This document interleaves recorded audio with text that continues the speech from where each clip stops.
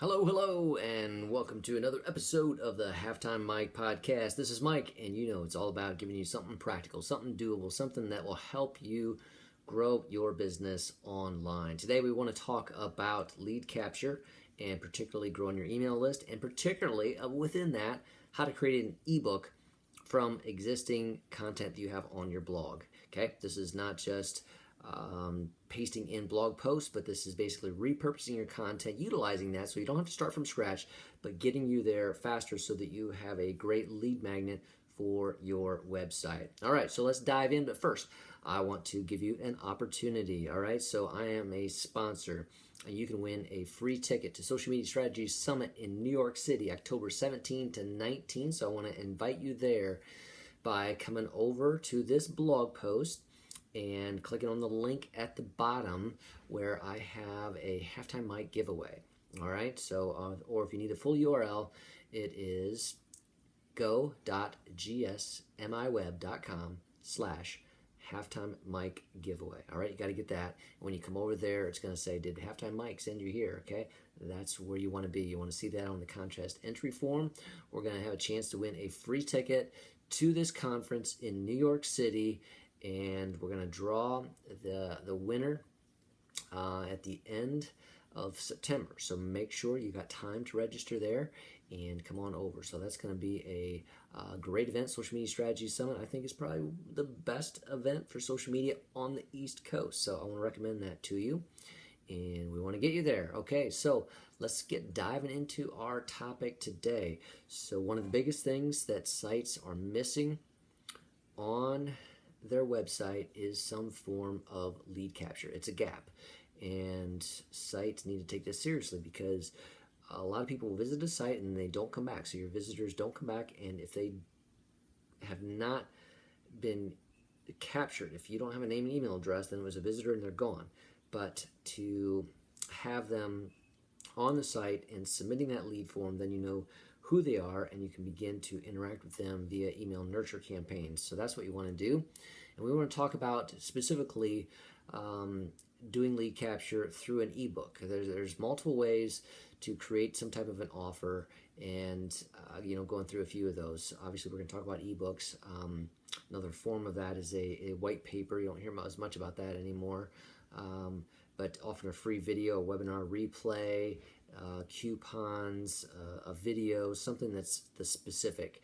Now, I want to go through a number of points here and showcase some things to you. So I've got at least 5 key points. Now, the first one is pick a in-demand and related topic. So in-demand means that it's something that can be of value to your audience. So it's got to have context that connects it with your website, with your products, with your services, but it is not your product, it is not your service, okay? And it's got to be something of enough value that someone's going to want to give you, take the time to enter their name, email address to contact you, all right? So think through that. This is key because that's going to ultimately help determine if people are signing up for this, and you're capturing that lead is through what your lead magnet is, all right?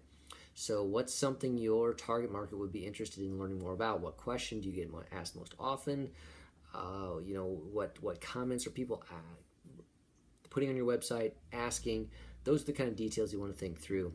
That's a great topic for your ebook, or if you've perhaps you look back over your blog content and you see some things that were related that could be put into a series and that type of thing. So for a digital marketing agency, for instance, an ebook about Facebook ads or creating a social media strategy could be examples of an ebook. For a building contractor, maybe it's an ebook on minor fixes homeowners can do for themselves, okay?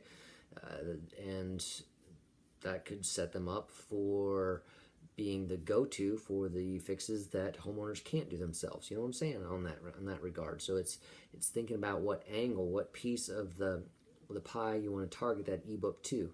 So in that example, it was not to our products and services, it was to the pieces that they could do before that. They might be searching for that, but those are the type of people that may have another project that they need your help with, okay? Does that make sense?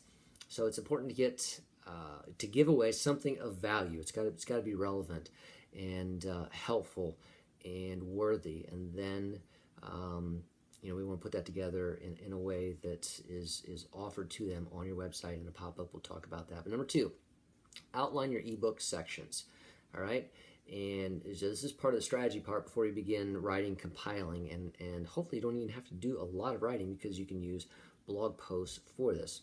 So an ebook is longer than a blog post, all right? So we're not talking about 600 words, 1,000 words. We're talking about 5,000, 6,000, 10,000 words, okay? And that's what you can do, is write the main points you want to make, the theme, and think of a topic of value that you have already written about in various ways in individual blog posts. And then think of each blog post being an individual section or chapter within the ebook, okay?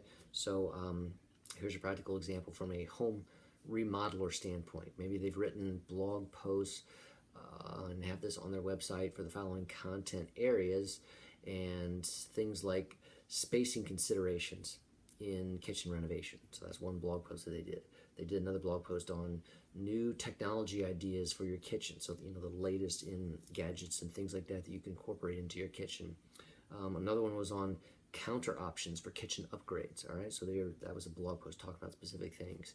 Maybe it's appliance innovations for home energy savings. All right, so that's talking about the stove, refrigerator, the microwave, other pieces there. Finally, maybe another one that you wrote about was 7 unique flooring ideas for durable kitchen floors. All right, so you put all those together then, and you think about a overarching topic. And I decided on planning guide for your kitchen remodel. Okay, planning guide for your kitchen remodel is the overarching ebook title, and it's positioning it before they would make a purchase. So again, you're the remodeler, you're trying to get new contracts, so this is helping people prepare ultimately to meet you and to want to talk to you, right? So that's a key that they can do, is going through those pieces so that they can meet you and want to talk to you in that regard. So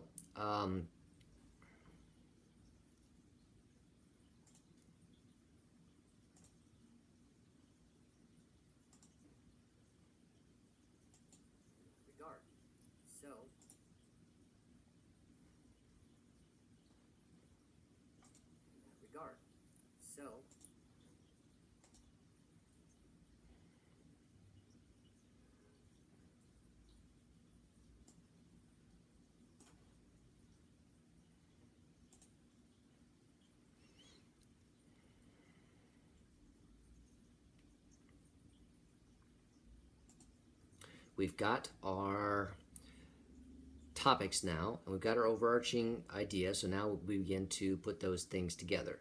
Number 3 is to flesh out your ebook points. We want to write it. So we want to take each of those 5, 6 blog posts, and we want to bring them into a singular document, and we want to write a introduction.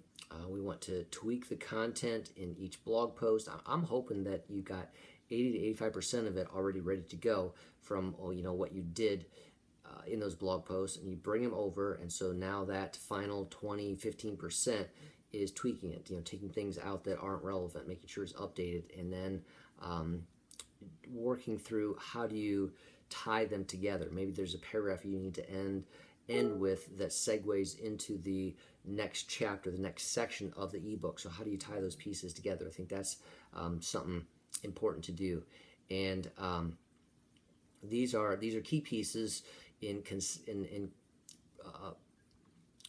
creating a cohesive piece. So I think that you want to create a unique introduction, a unique conclusion on each section. You reread the blog post. Don't just leave them in there. Reread them, but make sure they can kind of flow. So is there any tie-ins that you want to give between one chapter to the next? And think about that. In the introduction, you might want to refer in each introduction of each section back to the prior section. So there's a connection point. And then in the conclusion, lead to the next one so that it ties them together, so that it's cohesive. It must flow together that way. 4th thing then is the obvious point, is that you want to get it proofread and edit, go through that yourself, set it aside, pick it up another day, go through it again, and read that to see how that looks to you. And then also get a third party. Take some time. Have someone else on your team, someone else read that.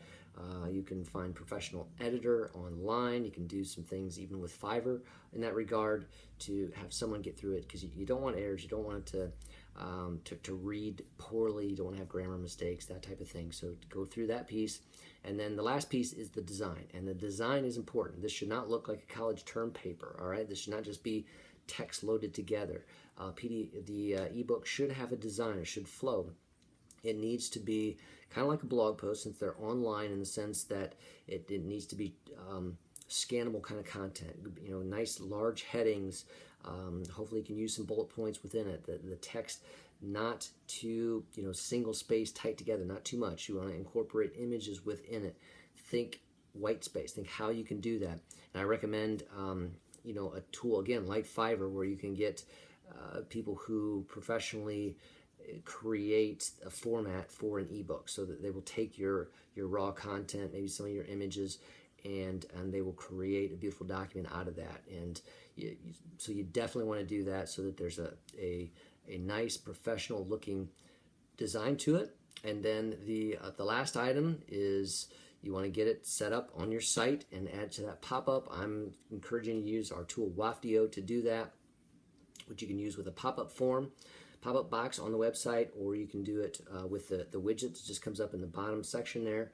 And that gives you the opportunity to have the call to action, capture their name and email address, and then that can redirect to another page where they can download that, and then and it can sync into MailChimp, Constant Contact, those types of services, so that email drip campaigns can roll right out of there. So that's a key with creating an ebook, is taking time to think through the components. You've got stuff out there on your blog. What are ones you can put together? What are 5 blog posts, 6 blog posts that you can do that? But make sure you take the time to make it cohesive, and grammar correct, and design beautiful, and put that together. So that's a way to get a lead capture, because too many sites don't have lead capture. They can do this with an ebook. They've already got the content. If they think through how they can pull something of a series together from their content, I'm telling you, you've already got 80-85% of an ebook ready to go on your website if you think through those components and make it happen there. So that's what I want to cover today. This is again, I like to do things that are practical, that are tangible. And this is lead capture, 101, but down to the details of how you create that ebook. Again, so reminder that you can win a free ticket to Social Media Strategy Summit, October 17 and 19 in New York City, by coming over to this blog post and going down to the Social Media Strategies link there, which is a specific Halftime Mike giveaway link that I want to get you to there. And that is it. So what is your takeaway today? What is it that you should be doing for your next ebook, evaluating your website lead capture, and pulling those pieces together? You can do it. I know you can. You've got an ebook inside of you, and it's a great lead capture tool for your site. All right? This is Mike with the Halftime Mike podcast. Over and out.